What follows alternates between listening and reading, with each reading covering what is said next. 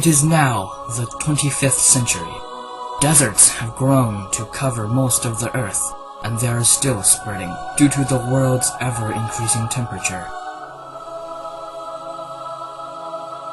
And the world has been thrown into a humongous battlefield for resources.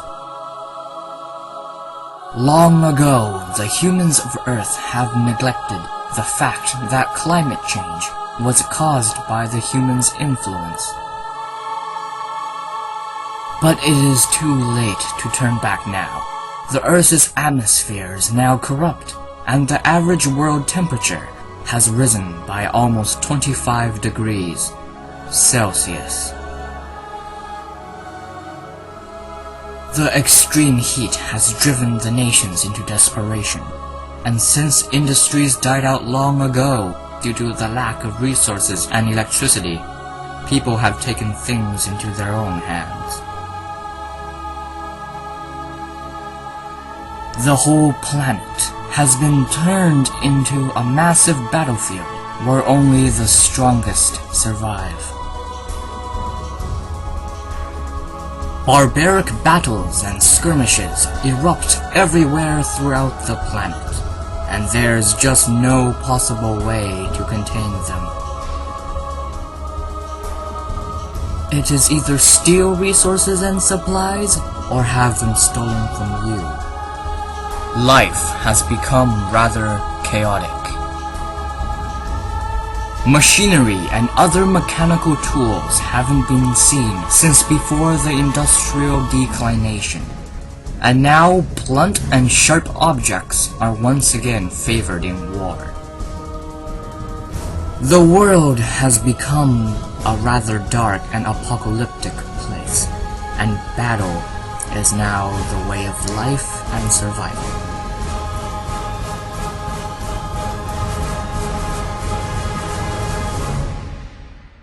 Good thing that future never happened, because we realized. We saw the rising greenhouse gases and we took action long before it was too late. Humans started to put their effort and energy into helping their environment above all else, and invented more fuel and energy efficient machines with less waste products such as CO2. By the end of the 21st century, the whole world became part of the Kyoto Protocol and started to finally take action on a global scale. The United States, of course, took some extra persuasion, if you know what I mean. Smaller countries came last though, unwilling to give in at first, but it was them against the majority of the planet, and it was impossible to refuse. Near the end of the 22nd century, about 90% of the cars in the world became very fuel efficient and extremely low exhaust given vehicles. This happened when the recycling revolution came about after the Kyoto Protocol went global. New jobs were given to those that went scavenging around in landfills, searching for scrap metal capable of being reused. By the end of the 23rd century, nuclear power and fossil fuels became ancient history, and hydro, geothermal, wind, and solar power became the new energy plants.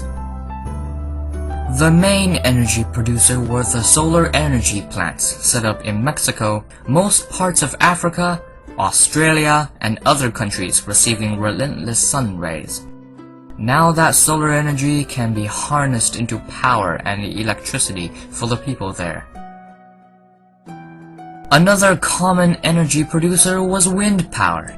Every city that had even decent amounts of wind had an energy-producing windmill. Wind power was even scaled down and put onto rooftops, thus was restricted to the windiest of places though. The vegetation revolution happened in the middle of the 24th century. Everywhere and anywhere that could support plant life had grass, flowers, shrubs, or even trees grown there. Plants became more than just some decoration for scenery. Most cities that had a decent amount of sunlight and good precipitation was practically transformed into a miniature jungle. By present time, the world stabilized and our influence no longer affects the atmosphere. Now the world can heat up by itself, slowly and calmly, like it's supposed to be.